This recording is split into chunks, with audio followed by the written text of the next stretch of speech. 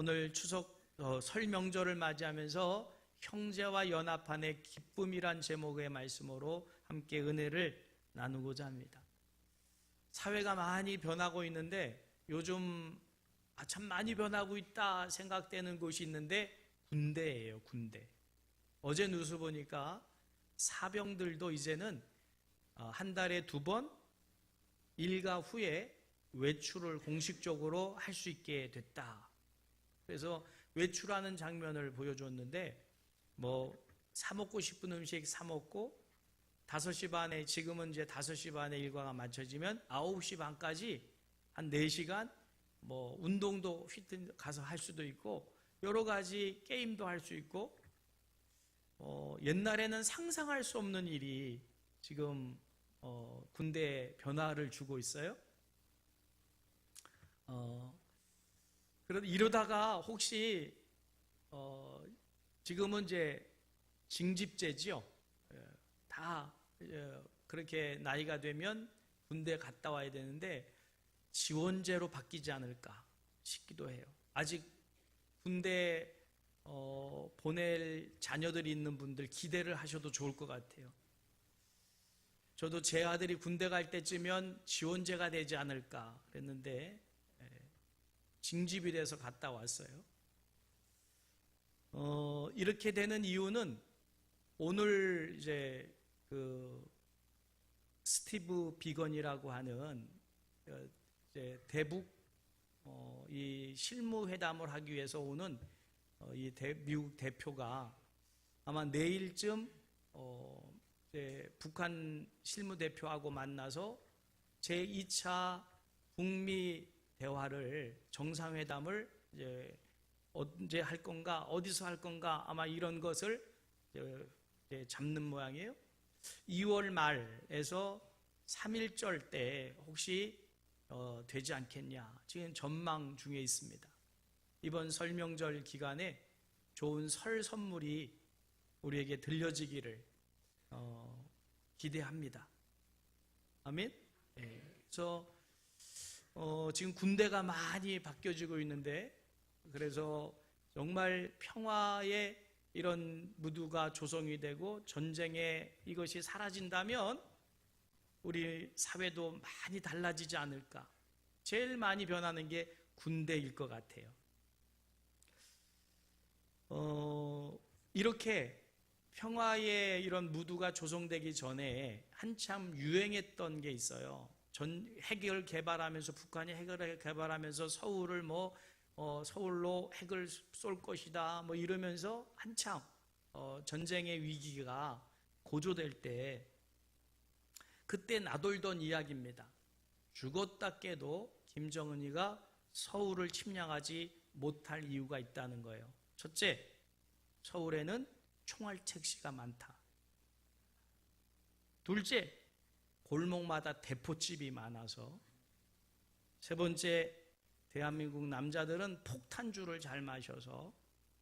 네 번째, 비행 청소년들이 많아가지고 못 넘어온다는 거예요. 그런데다가 마지막으로 핵가족이 많아가지고 못 온다는 거지요. 핵 문제가 이슈화되면서 이 핵가족에 대한 조크가 한창 유행이 됐던 적이 있었습니다. 하나님이 우리에게 가정이라고 하는 것을 만들어 주시면서 우리로 그곳에서 행복하라고, 또 그 고독을 느끼지 않으면서 그 가족 구성원들끼리 지내면서 이 행복함을 얻게 하시려고 가정을 주셨는데, 지금 우리가 하나님께서 주신 가족을 핵가족으로 만들면서 이 현대인들이 가정에서도 고독을 느낀다는 거예요. 고독을. 여러분 한번 생각해 보세요. 대가족이 행복할까요? 핵가족이 행복할까요? 장단점은 물론 있겠지만 그 구성원들이 행복도를 느낄 때 대가족에서 훨씬 더 큰 행복을 느끼지 않을까 싶어요. 혼밥 먹으면서 행복할 수 있을까요? 몇 명이 같이 어울려서 많으면 많을수록 더 행복하지 않을까 싶은데, 지금 핵가족이 되면서 사실은 외로움을 느끼고 고독해야 한다는 거예요. 하나님은 그 고독을 없애주시려고, 외로움을 느끼지 않게 하시려고 가족이라고 하는 귀한 기간을 허락해 주셨는데, 편리에 의해서 인간들이 나누다 보니까 행복을 잃어버리고, 여러분 정신적으로도 대가족을 살아가는 사람들이 훨씬 더 건강한, 정신적으로든 훨씬 더 건강하게 삶을 살지 않을까 싶은데, 안타까운 일이 뭐 여러 가지 문제가 있긴 있겠지만 자꾸 핵가족화 되어져 간다. 이럴 때, 이런 명절 때라도 가족이 다 모일 수 있다.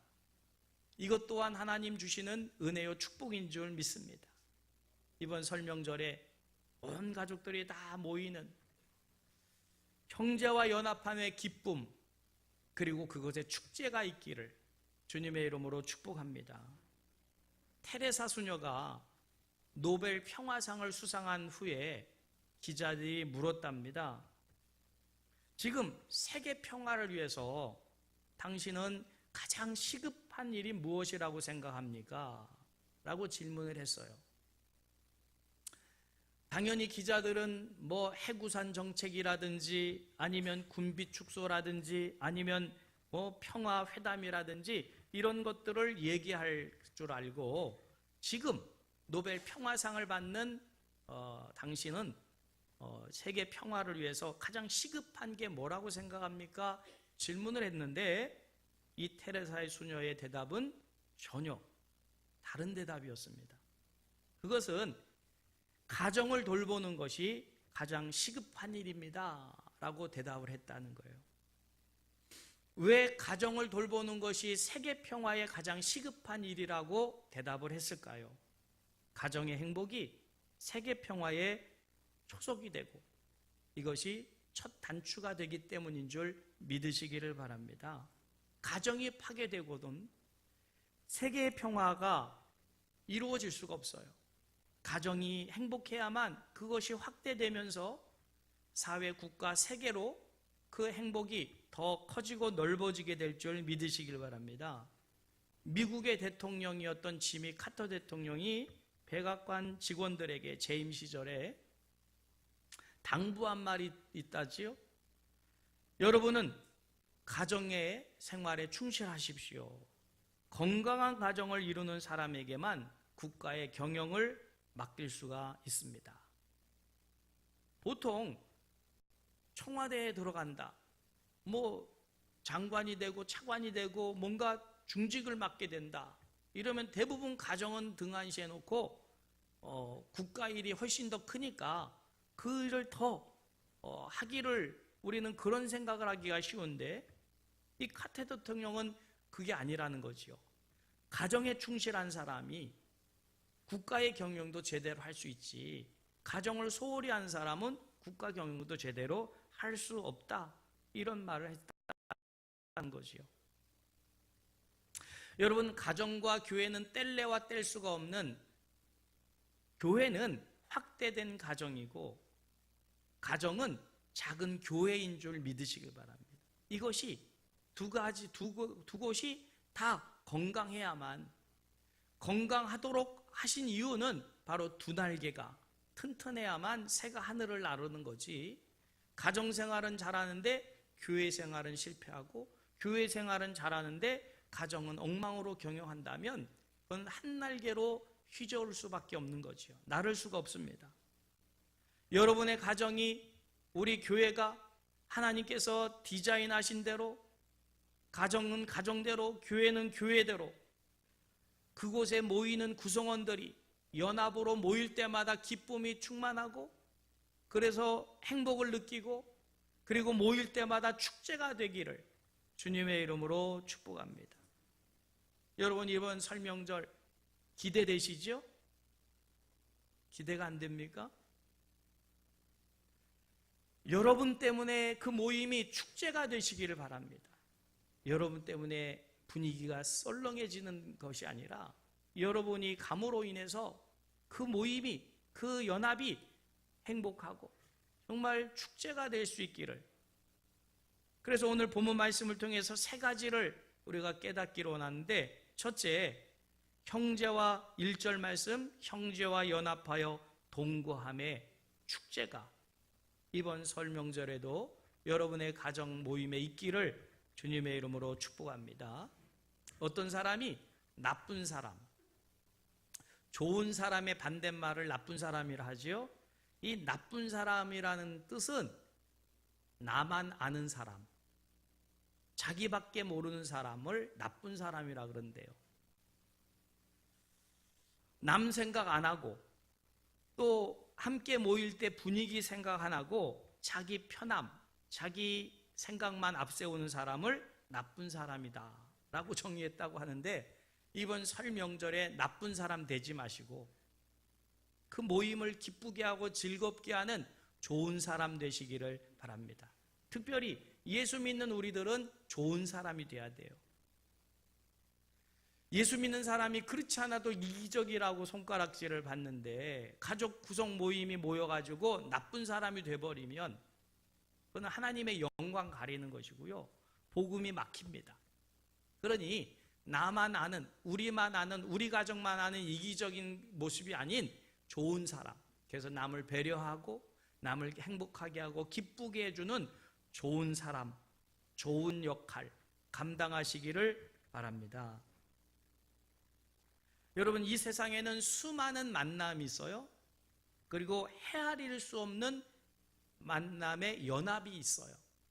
그런데 그 중에 가정이라고 하는 구성원의 만남과 이 연합은 이 세상의 그 어떤 것과 비교할 수 없을 만큼 가장 선하고 아름다운 구성이요 연합인 줄 믿으시길 바랍니다. 그래서 오늘 시편 기자가 다윗이 1절에 이런 고백을 하게 되는 거지요. 보라, 형제와 연합하여 동거함이 어찌 그리 선하고 아름다운고.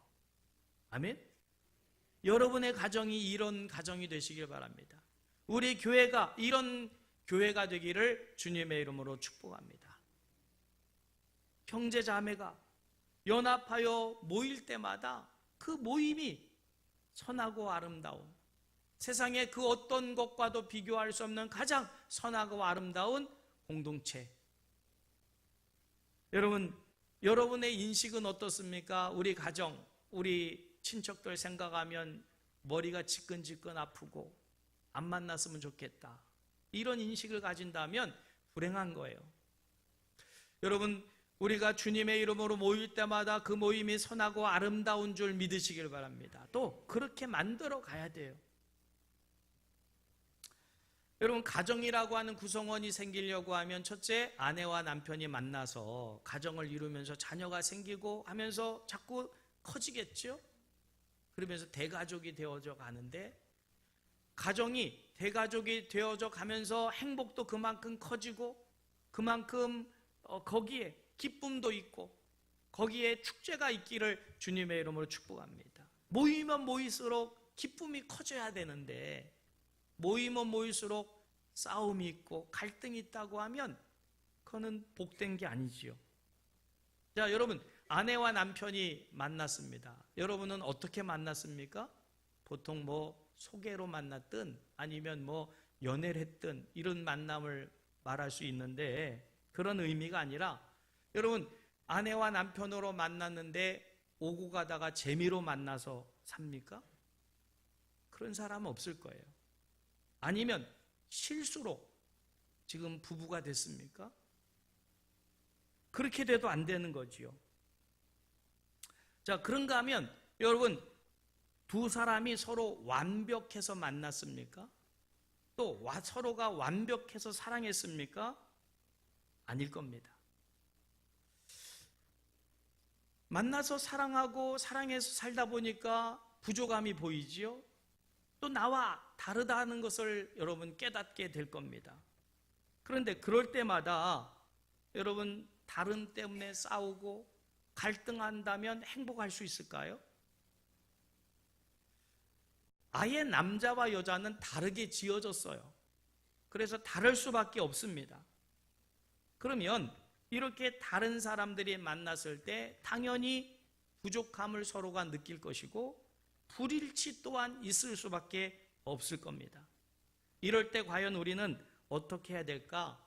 서로가 보이는 그 부족함을 채워주고 서로가 양보하고 관용하고 또 사랑으로 그것을 채워갈 때 바로 그것이 하나님이 계획하신 다른 사람들이 만나서 이루는 선하고 아름다운 가정인 줄 믿으시길 바랍니다.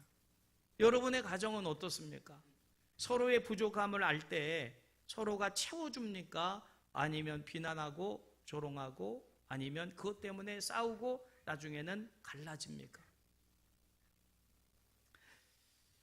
저희가 군지역이다 보니까 어떤 가정은요, 아버지가 군인이어서 군대식으로 가정을 명령 한마디에 일사천리로, 그건 가정이 아니고 군대지요.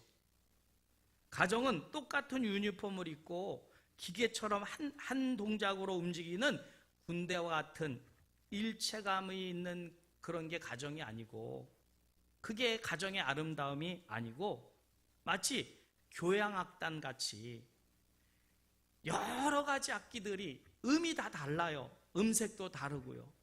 그런데 그것들이 모여져서 한 음을 내고 또 주의자에 따라서 그것이 잘 아름답게 섞여질 때 굉장히 아름다운 그런 교향악단이 되는 것 아니겠습니까? 여러분, 악기마다 다 그 특징이 있어서 음색도 다르고 높이도 다른데 그거를 잘 맞추면 그렇게 아름다울 수가 없는 교향악이 울려 퍼지는 것 아니겠습니까? 여러분, 가족 구성은 다 같지 않습니다. 다를 수밖에 없어요. 다르다고 해서 틀린 것 아니니까. 여러분, 오히려 틀린 것에 감사할 수 있다면 그 가정은 그 어떤 가정보다도 행복이 더 커질 줄 믿습니다. 다름이 서로가 조화될 때 거기에 아름다움이 있고 거기에 행복이 더 그만큼 큰 거지요. 똑같은 사람들끼리 모여서 산다? 아닙니다. 가족 구성원이 다 달라요. 여러분, 혼자일 때보다 마음이 또 똑같은 사람들이 모여서 사는 것보다 다른 사람들끼리 성격도 다르고 생김새도 다르고 다른 사람들끼리 모여서 하나를 이룰 때 더 아름답고 그 하나를 이루는 것이 더 선하다. 성경은 이렇게 말씀하시는 줄 믿으시길 바랍니다. 그래서 확대된 가정인 이 하늘과 땅의 다리가 되는 교회 보세요. 다 다르시잖아요. 그럴지라도 우리가 하나님의 뜻에 서로 공감하고 그리고 성도가 서로 다르지만 그 다름을 하나로 만들어 갈 때 하나님께서 이 교회를 주님의 몸된 교회로 하나님은 기뻐 받으시고 영광 받으실 줄 믿으시기를 주님의 이름으로 축복합니다. 그래서 많은 다른 사람들이 모여서 하나를 이루어갈 때 바로 그렇게 모여 예배하고 그렇게 모여 서로 섬기고 하는 이 모습을 통해서 바로 하나님의 몸된 교회됨을 그렇게 증거하는 거지요. 그게 증명하는 것입니다. 여러분, 가족 구성원이 모일 때마다 행복함을 통해서 하나님이 우리 가정을 선택하셨고 하나님의 영광을 나타내는 가정이 됨을 그렇게 증명하시기를 주님의 이름으로 축복합니다. 순으로 모일 때, 교회로 모일 때 그 구성원이 많으면 많을수록 더 다양한 사람들이 모여서 하나가 되어져 가는 것, 그게 바로 교회됨을 증명하는 것이고 하나님의 영광을 나타내는 것이니까 우리가 서로 모일 때마다 다르다는 것 때문에 스트레스 받고 서로 상처받지 말고 다른 것을 가지고 서로 하나를 만들어가면서 그곳에 축제가 이루어지기를 주님의 이름으로 축원합니다. 모일 때마다 기뻐해야 돼요. 모일 때마다 즐거워야 됩니다. 이번 설 명절 그 어느 때보다도 모임으로 인해서 기쁘고 여러분으로 인해서 그 모임이 축제가 이루어지기를 다시 한번 주님의 이름으로 축복합니다. 두 번째로 2절 말씀에 보면 가정이든 교회든 어떤 곳이냐? 머리에 부어진 보배로운 기름이라는 거예요. 형제 연합하여 아름다움이 마치 제사장 머리 위에 기름을 부었을 때 그 기름이 얼굴을 타고 수염을 타고 흘러내려서 옷깃을 적시는 그런 모습으로 표현하는데, 이것은 대제사장의 위임식의 한 장면입니다. 위임식 때 클라이막스가 향유를 부어요. 그러면 향유가 머리 위에 부어질 때 흘러내려서 옷깃을 적시면서 가슴에 붙인 흉배에 그것이 흘러내리게 됩니다. 이게 대제사장 위임식의 절정인데, 그렇게 되면 향기가 그 가운데 진동하게 되고 그 향기는 세상으로 퍼져나가게 되겠지요. 사진을 보내드렸는데 사진 좀 띄워주실래요? 제 대제사장 사진 준비됐나요? 예, 띄워주세요. 요거 말고, 예, 이게 이제 대제사장이에요. 근데 제사장 머리에 기름을 부으면 쭉 흘러내리겠지요? 흘러내리면서 수염을 통해서 어디로 흘러내려요? 흉배. 저게 흉패입니다. 흉패인데, 흉배에 지금 이제 보석이 3개, 그 다음에 3개, 그 다음에 4개, 3줄 4개, 그래서 12개가 붙어 있어요. 그걸 확대한 게 아까 그거예요. 보여주실래요? 이제 보석입니다. 그리고 12지파의 이름이 쭉 이렇게 적혀 있어요. 보석 좀 보여주세요. 보석 그림이 있는데, 이게 하나인가요? 12가지 보석을 제가 그림을 캡처했는데 하나만 나왔네요. 네, 여러 가지 보석이 있음을 12가지의 보석으로 이렇게 장식이 되어 있어요. 됐습니다. 자, 그러면 기름을 부어요. 그럼 기름이 흘러서 12지파를 상징하는 보석, 그리고 그 이름 위에 그 기름이 덮여오는 거지요. 여러분, 하나님은 이 세상을 축복하시는데 어떻게 축복하느냐? 먼저 대제사장에게 기름을 부어요. 그러면 그 기름이 흘러서 수염을 통해서 12지파로 흘러간다, 그 말이에요. 이게 대제사장의 사명이고 역할입니다.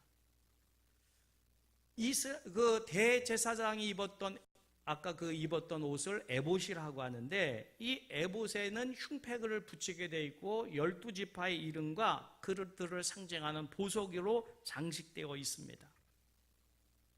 대제사장이 에봇을 입게 되면 자기의 사사로운 일을 할 수가 없습니다. 오직 이스라엘 백성들을 위한 일을 하게 되는데, 첫째 하는 일이 중보의 일을 해요. 이스라엘 백성들이 죄를 진 것을 가지고 나올 때 하나님께 그 죄를 아뢰므로 사함을 얻게 하는 사제의 역할을 감당합니다. 또한 이스라엘 백성들을 축복함으로 그 축복을 이스라엘 백성들이 받게 하는데, 이스라엘 백성들에게 있어서 이 대제사장은 가장 소중한 일을 감당하는 분으로 없을 수가 없는 분이지요. 자, 그래서 이스라엘 백성들은 이 대제사장을 통해서만 죄사함을 받을 수 있고 복을 받을 수 있다. 뗄래야 뗄 수 있는 관계가 아닙니다. 항상 대제사장을 통해서만 은혜를 받고 또 죄사함을 받으니까요. 자, 그런데 신약 시대에 오면서 만인 제사장설을 말씀하시죠. 그래서 우리 모두가 제사장이 된 거예요. 이번 설명절에 왜 지금 패밀리 미니스트리를 하라고 그러셨냐면, 여러분들이 제사장의 사명을 감당하시라는 거예요. 각 가정에서 여러분이 축복의 통로로 제사장의 사명을 감당하시기를 주님의 이름으로 축복합니다. 저들이 지은 죄를 하나님께 대신 고하고 사함을 얻게 하고, 또 여러분이 제사장이 되어져서 하나님이 여러분에게 부어주신 축복이 저들에게 흘러가는 그 역할, 사명을 감당하기를 주님의 이름으로 축복합니다. 자, 이게 하나님이 교회를 통해서, 가정을 통해서 우리에게 주시는 은혜의 통로예요. 이게 막혀버리면 받을 수가 없어요. 하늘의 은혜를 받을 수가 없습니다. 여러분, 이번에 이 교회로 설명절에도 모이라 하지 않은 이유는 이제 여러분들이 배운 대로 여러분들이 가정이든 아니면 또 좀 더 큰 공동체로 무슨 일가 친척들이 모일 때 그곳에서 제사장의 사명을 감당하시기를 주님의 이름으로 축복합니다.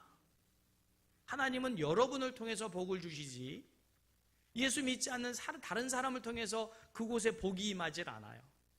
여러분을 제사장으로 쓰시기를 원하시는 줄 믿고 가시기를 주님의 이름으로 축복합니다. 그리고 가면서 하나님, 내가 제사장의 역할을 감당하게 하여 주옵소서.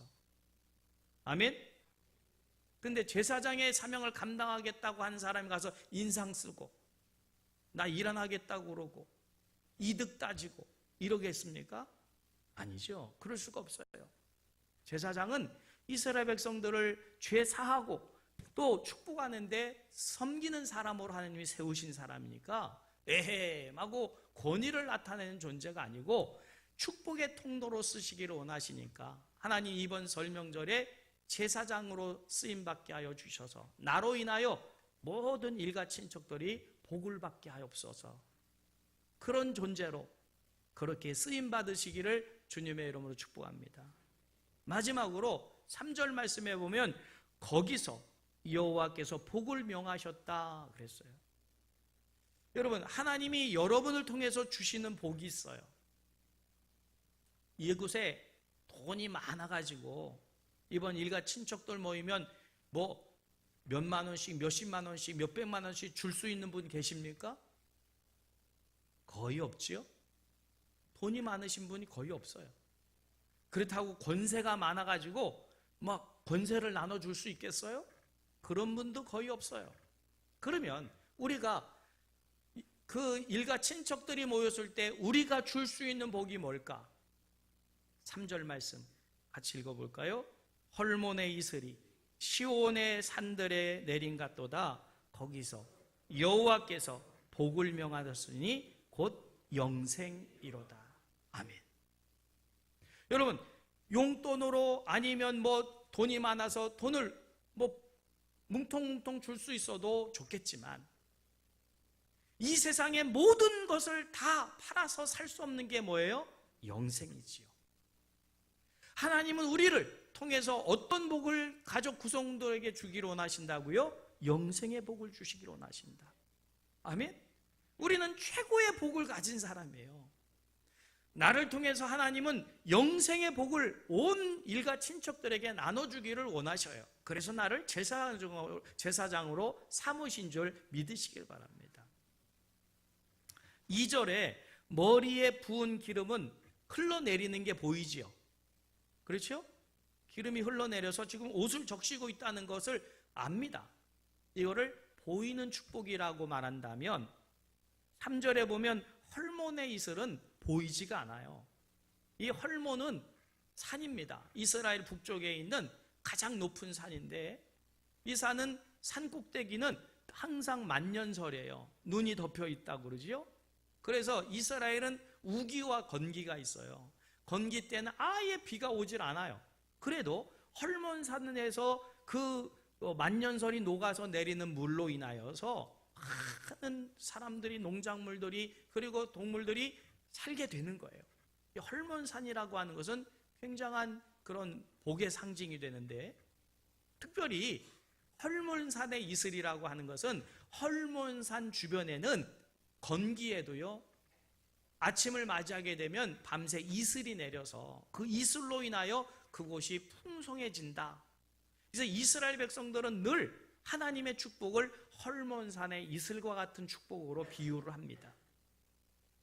근데 이 축복은 눈에 보이질 않아요.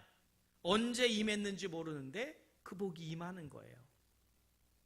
여러분, 하나님이 주시는 이 복은 우리가 노력해서 얻는 복이 아니라 믿음 안에서 하나님이 우리를 통해서 언제 내린지 모를 정도 모르는 복이지만 가장 귀한 복을 하나님이 주시는 줄 믿으시기 바랍니다. 영생이 눈에 보이나요? 안 보여요. 구원도 믿음도 눈에 보이지 않아요. 그러나 우리를 하나님은 이 복을, 영생의 복을 전하는 도구로 쓰셔서 내가 우리 가정의 구성원의 제사장의 역할을 감당하고 또 일가 친척들의 그 가정, 그 모임의 제사장의 역할을 감당하면 하나님은 나를 통해서 영생이라고 하는 이 가장 귀한 축복을 헐몬의 이슬과 같이 모든 사람들에게 내려주신다. 믿으시길 바랍니다. 얼마나 귀합니까? 이거는 돈으로 환산할 수 없는 거예요. 하나님은 이 설명절에 우리를 그런 존재로 쓰시기를 원하셔서 우리를 이미 예수 믿게 하시고 우리에게 구원을 얻게 하시고 그 영생의 복의 통로로 성령의 기름 부으셔서 우리를 파송하시는 줄 믿으시길 바랍니다. 우리는 이번에 가정에 복음을 전하는 자로 목회자로 파송이 되시는 거예요. 이 오늘 예배는 파송식의 예배입니다. 아멘? 나는 하나님의 영생의 복을 전하는 제사장으로 이번 가정에 모이는 사람들에게 파송되는 목회자다. 이런 의식을 가지고 만나고 그들을 축복하시기를 주님의 이름으로 축복합니다. 자, 그러려고 하면 내 안에 하나님이 계셔야 되고 나도 하나님 안에 거하심을, 그 모습이 그 구성원들에게 나타내 보여야 돼요. 그게 느껴지지 않으면 아무 소용이 없어요. 여러분, 이번에 하나님이 여러분들을 선택하시고 가정의 미니스트리로 파송하시는 것이 가족 구성원들이 느껴져야 된다는 거예요. 내가 하나님 안에 거하고 하나님 내 안에 거하고 있음을 증명하는 귀한 설명절이 되시기를 주님의 이름으로 축복합니다. 요한복음 17장 23절 말씀이에요. 말씀 띄워주시죠. 요한복음 17장 23절 말씀 같이 읽어볼까요? 요한복음 17장 23절.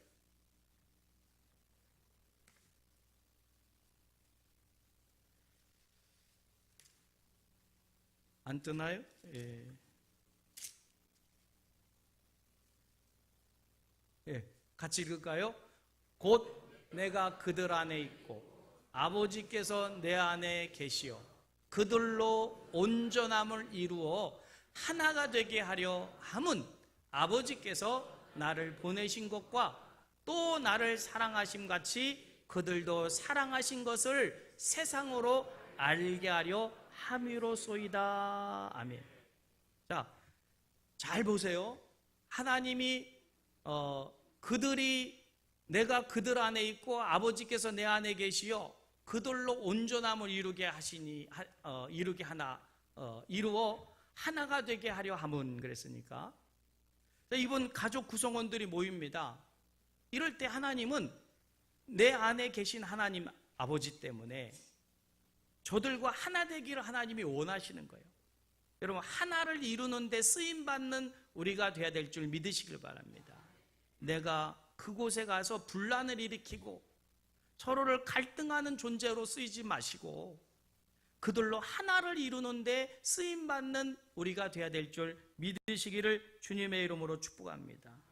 그리고 아버지께서 나를 보내신 것과 내가 사랑하심 같이, 나를 사랑하심 같이, 그래서 우리가 믿음 생활하는 것이 세상 사람들에게 그리고 일가 친척들에게 내 삶의 모습이 하나님이 저 사람을 사랑하고 있구나, 이거를 알 수 있도록, 그래서 저분이 예수님을 믿음으로 인해서 또 저희도 사랑하시는 것을 세상으로 알게 하려 하심이로소이다 그랬으니까, 여러분, 우리가 주님의 자녀로서 또 가정의 목회자로서 이번에 파송될 때 하나님이 나와 함께 하고 계심을 그 모인 모든 사람들로 그렇구나 이렇게 고백할 수 있도록 쓰임받는 우리가 되어야 될 줄 믿으시기를 주님의 이름 축복합니다. 그런 느낌을 전혀 못 받게 하면 저